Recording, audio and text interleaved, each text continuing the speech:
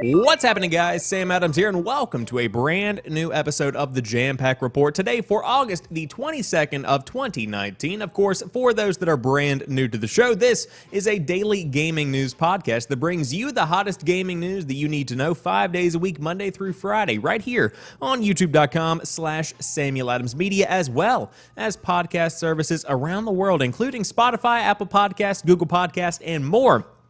Generally, where you find your audio nuggets of the day, you can find my audio nugget, the Jampack Report. But today we are going to be talking about the fact that corporations have been listening to us pretty much every minute of every day between Amazon, Google, and Microsoft. And of course, the latter is at the helm of the discussion today, with Microsoft saying that they have been listening to us through our Xbox consoles for a very, very long time. I'm not entirely surprised. Then we have a follow-up story to yesterday's headline, which is that Game Informer, of course, suffered a round of layoffs. We now have an official statement from the, of course, magazine/news outlet. Then PlayStation is not going to be prioritizing Sunset Overdrive 2 in the wake of the Insomniac acquisition, but of course the PlayStation 5 is on the horizon, and now we have an idea of what that Devkit could look like. Of course, make no mistake, this is not going to be the final design. This is what the Devkit reportedly looks like. And finally, to round out today's show, No Man's Sky Beyond is going to be getting a physical release, just in case you did want to collect what is the biggest redemption story in gaming history, in my own personal opinion. But that's pretty much the lineup for today's show. Again, if you are brand new, I do hope you enjoy what I bring to the table. But without further ado, let's go ahead and dive into today's top gaming news. First off, Microsoft contractors listened to what people told their Xbox consoles. They were only supposed to hear audio after voice commands like, "Hey Cortana." Of course, it tends to be that's not always the case. Microsoft contractors reportedly listened to Xbox owners too. Earlier this month, we learned that contractors heard audio snippets from Skype calls and Cortana interactions. Now, Vice reports that Microsoft contractors also listened to audio picked up by Xbox consoles. The device was only supposed to capture audio after voice commands like Xbox or Hey Cortana, but contractors claim recordings were sometimes triggered accidentally. According to the contractors Motherboard spoke to, this has been going on since before Cortana arrived on the scene. Motherboard sources said they listened to audio when Xbox could be controlled via voice commands with the Kinect system. Microsoft removed Cortana from Xbox in July, but the voice assistant can control the console via the Cortana Android and iOS apps. Like Apple, Amazon, Facebook, and Google, which have all been charged with listening to voice assistant queries, Microsoft listened in on audio in an attempt to improve products and services. In a statement which can be read below, a Microsoft spokesperson told Engadget, "We've long been clear that we collect voice data to improve voice-enabled services, and that this data is sometimes reviewed by vendors." After recent news coverage and public outcry, Apple, Facebook, and Google temporarily halted these practices. Amazon will also let users opt out of having Alexa conversations reviewed by humans. Microsoft previously said it would continue listening to users, but amended its privacy policies. It is unclear if that will change now that we know the contractors have listened to Xbox audio too. And of course, you can check out the full statement from Microsoft in the article which I have linked down below. But of course, they pretty much just go on to say that the collection of our data is to make better, I suppose, answers to our questions, better conversations with our robotic overlords, etc., etc. And so, is this shocking, as I said at the beginning of the show? No, not in the slightest. And I think that if you think you have any kind of ounce of privacy left in 2019, you are simply kidding yourself. Between Alexa, between Cortana, between all these other home hubs that we have, there is no ounce of privacy. We are constantly on cameras. We are constantly being mic'd, whether it be through our phones or through the devices we let into our homes. You have no privacy in 2019 if you are living in the connected social media-centric world in which most of us do tend to find ourselves. Now, can this be changed? It does seem like the trend is shifting a bit, that companies are allowing us to have more control over how much of our data is actually collected. Now, the question is that just to make us feel good? Is that the placebo effect at work? Or are they actually making a change and giving us more privacy, or at least giving us the option to have our privacy back? That one, yet to be seen. I am not entirely sure, but if I had to guess, I would say that even if you do opt out of the collection of your personal voice data, they probably still have it on some kind of encrypted server or something like that somewhere along the daisy chain of computers that makes the world go round. Of course, these smart home hubs are incredibly useful. The Cortana apps on the Xbox and the Kinect on the Xbox is an incredibly futuristic piece of technology, but at the same time, at what cost? Because privacy is a very rare commodity in 2019 that does seem to be fading with each passing day. But of course, I thought we would start off with something a bit lighthearted on today's show. The subtle reminder that nothing you do is hidden behind closed doors and that everyone knows your dirty laundry. Moving on to the next topic of the day, a follow-up from yesterday's headline story. Of course, GameStop suffered a round of layoffs of a pretty big portion size, but Game Informer also saw 7 employees let go. Now, I will say, I apologize. I was echoing the reporting done by Kotaku yesterday that said nearly half of the Game Informer staff was cut. That was a bit exaggerated. It turns out only 7 individuals were let go. So now we have an official statement from Game Informer itself. Let's go ahead and dive into it. Dear Game Informer community, yesterday, as part of a GameStop restructuring plan, our parent company eliminated the positions of about 120 employees across its various offices. We lost 7 members of our team, our cohorts, compatriots, and friends out of our 38 team members. They shaped us and made us who we are today, just like every member of the Game Informer team who passes through this company. Here is the official statement from GameStop, and of course, we read this on yesterday's episode of the Jampack Report in full. As part of the previously announced GameStop Reboot initiative to transform our business for the future and improve our financial performance, we can confirm a workforce reduction was implemented, impacting more than 120 corporate staff positions, representing approximately 14% of our total associate base at our company headquarters, as well as at some other offices. While these changes are difficult, they were necessary to reduce cost and better align the organization with our efforts to optimize the business to meet our future objectives and success factors. We recognize that this is a difficult day for our company and particularly for those associates impacted, and we appreciate their dedication and service to GameStop and are committed to supporting them during this time of transition. I'm saddened by yesterday's news. The Game Informer team means the world to me. You, our readers, who have supported us over the years, mean the world to us. I can't thank them or you enough. We appreciate the love that is poured out for GI and the affected team members, which include Matt Burtz, Elise Favas, JV Gwaltney, I believe I said that correctly, Kyle Hilliard, Imran Khan, Jeff Marchiafava, and Suriel Vasquez. Apologies for any mispronunciations. They are so talented and so passionate. Please support them if you are hiring, and each of them has my highest, most glowing recommendation. For now, Game Informer lives to fight another day. Your support is appreciated. Cheers, and of course, signed, Andy McNamara, the editor-in-chief of Game Informer. So as I said yesterday, very disappointing to see all of these people let go because some of these names mentioned on this list are very, very talented writers. I will say specifically Imran Khan I've always looked up to as a pretty impressive voice in the gaming industry. On top of that, Elise Favas, I believe I'm saying their name correctly, what an incredible author. So much talent radiating from the Game Informer team, and it's sad to see people being let go simply because their overlord, their corporate giant, isn't able to support them any further.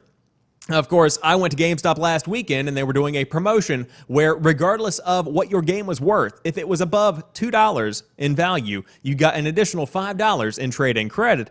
I would have much rather taken my shitty trade-in credit, you take your money, and pay these individuals because their work is much more significant than cutting me a deal on my trade-in values.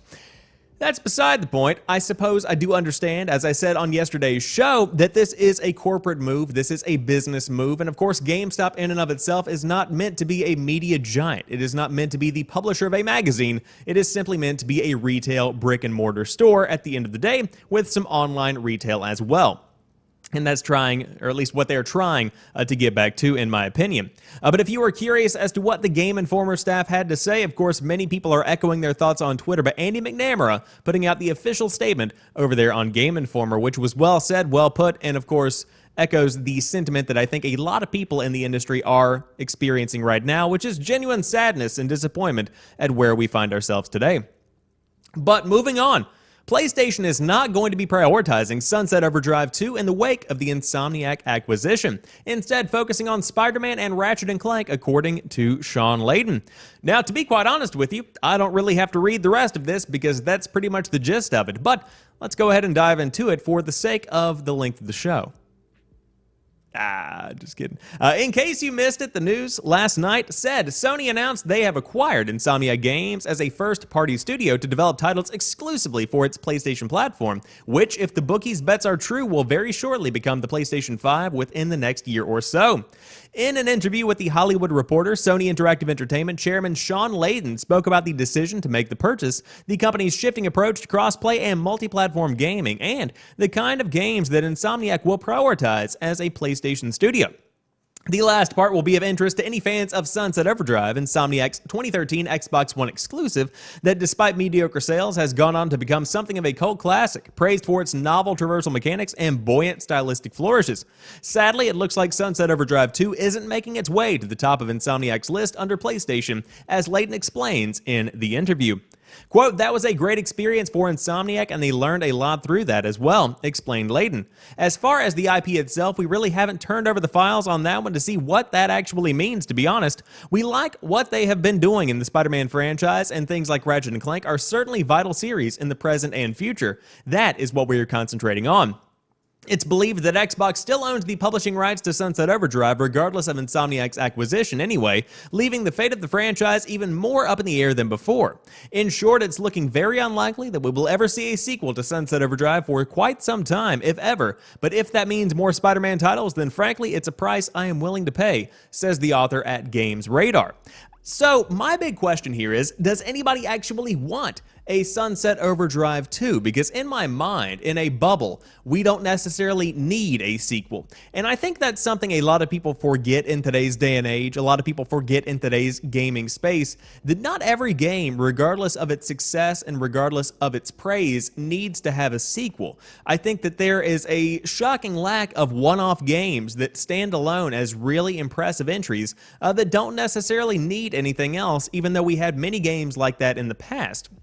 Now, I will say, the one that comes to mind right off the top of my head is Shadow of the Colossus. Now, of course, that is a legendary PlayStation 2 game that has since been remade for the PlayStation 4 by Bluepoint, and on top of that, there has been a spiritual successor in the form of The Last Guardian, and I guess hypothetically Ico, but that's beside the point. Shadow of the Colossus does not have a Shadow of the Colossus 2 because it quite frankly didn't need one. I suppose the entire scope of the project was kind of encapsulated in that one specific entry, and so to go on and drag out the franchise anymore simply didn't need to be done. And I think that Sunset Overdrive 2 kind of exists in the similar kind of bubble where you do have a story from beginning to end, although not very deep. It is satisfying, so I don't think we necessarily need to see what happens in a world overtaken by this energy drink monster group anymore. It's just not needed. And so I think that going forward, for Insomniac to be able to focus on stuff like Spider-Man, which of course does warrant sequels, to focus on new ideas, and also to focus on Ratchet & Clank, which is an age-old PlayStation-centric franchise, that's pretty much the direction that I think they should go, and the direction that they are in fact going. Now, I would love to see some creativity brought into the mix, but as a now Sony-owned studio, they're kind of at the whim and the will of Sony to, do as Sony pleases. They're going to be the minions, if you will, pumping out Spider-Man games for the foreseeable future. Maybe other superhero games? That would be pretty interesting. But also, as a quick aside, I want to say that regardless of whether or not something gets a sequel, regardless of whether or not something is well received, studios build upon their previous games, their previous projects, and the previous knowledge that is gained from these projects. And so whenever you are playing Spider-Man, I'm a firm believer in the idea that there is an element of Spider-Man that was gained through the development of Sunset Overdrive. You can feel where previous projects that have been worked on are present within the final product that is, of course, Marvel's Spider-Man. And I think that's something that is incredibly cool and very telling about Insomniac as a studio. They learn from their past and they continue to iterate on the foundation that they continue to build. And that is something that is very, very cool. But regardless, no Sunset Overdrive coming anytime soon, in case you were curious, which I don't think too many people were, but of course, in the midst of an acquisition, you always have to wonder, what's going to happen to X, what's going to happen to Y, etc. But you could be playing Sunset Overdrive 2 at some point, and you would probably be playing it on the PlayStation 5. Speaking of which, a Devkit design has seemingly been confirmed by a game developer. So did a dev just confirm the PlayStation 5 Devkit design? They might have. They might have. Yesterday, a Sony patent for what appears to be a new game console turned up online. Many presume this to be a PlayStation 5 dev kit, and today a game developer seemingly confirmed this to be true on Twitter.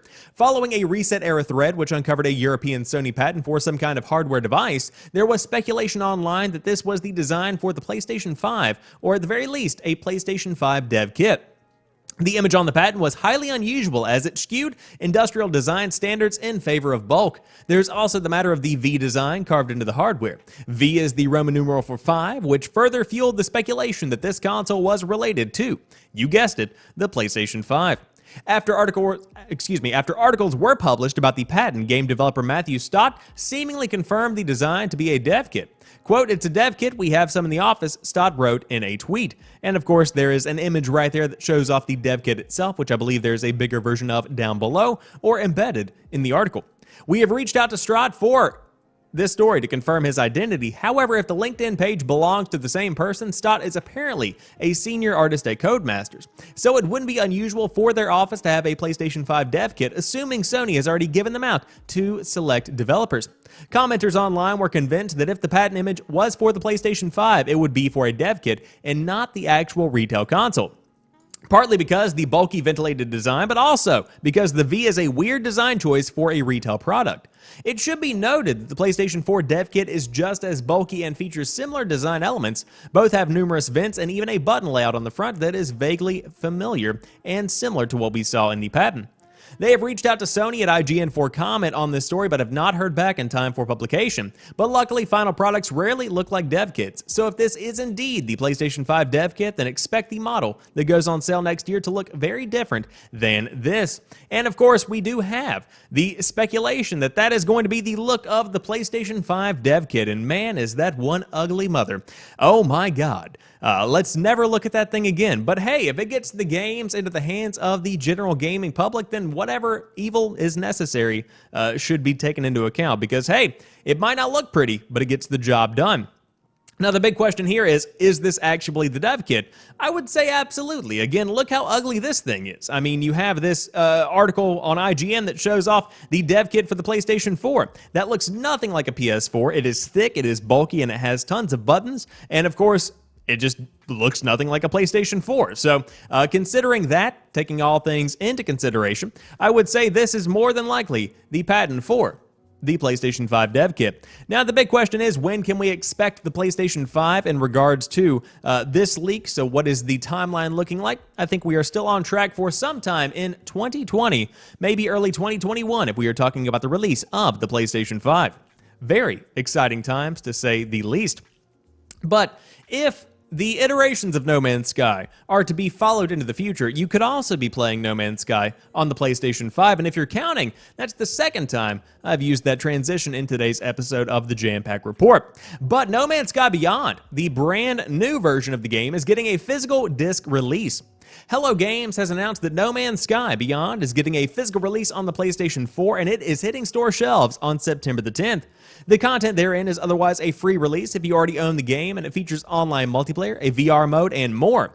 The physical disc also naturally contains all of the game's updates to this point in remastered form, but I think remastered is something that's being thrown around pretty loosely in today's day and age, because there is no need to call this a remaster. The game has only been out for a couple of years, and it's only gotten a ton of updates. So let's go ahead and reel that one back in just a bit. Game Informer, come on now. But at the same time, this is pretty cool for collectors out there because there is a specific new look to the box art. And of course, it is a fantastic time to put something like this back out. And I believe they did the exact same move with No Man's Sky Next when it released last year. Because there is a ton of hype surrounding No Man's Sky right now. I really think this update came at the perfect time because it is between the summer and fall gaming seasons. You do have a bit of a lull right here where Madden is pretty much dominating the charts. And it is now time to dig into the backlog before the rest of the big games roll out through the fall. I will even say that in my own experience, I have been playing some No Man's Sky on the PlayStation 4, and I will say, it's a very fun time. I think the Beyond update has added a ton to the game. I think it's really made it the game that it was meant to be from the get-go. And if you have not played No Man's Sky and you do have any kind of itch, scratch, whatever the correct term is, to dive into it, now is a pretty good time to give it a look. But of course, the physical release, if you do already own the game, there is no reason to go out and buy this version of the game. This is simply to get something on store shelves before the holiday season begins to ramp up. And hey, on Black Friday, if this one goes for $30, I would say it's probably going to be a pretty hot item. And of course, maybe even lower for the holiday season. I suppose we will have to wait and see. But again, very cool game. If you are into sci-fi, Star Trek, that kind of thing, you are definitely going to be at home with the No Man's Sky. And it is truly a very relaxing game, but there are some stressful moments. It's a very interesting game, and it's cool to see it finally getting the love and the attention that it deserves. And of course, congratulations to Sean Murray and the team at Hello Games for finally fulfilling their dream of making No Man's Sky the game that it was meant to be. But with that being said, that rounds out today's episode of the Jampack Report. Of course, I hope you guys enjoyed today's show. And if you did, drop me a like down below for those watching on YouTube. And if you are listening via podcast services, be sure to subscribe to the feed. Get it delivered to your inbox every single weekday.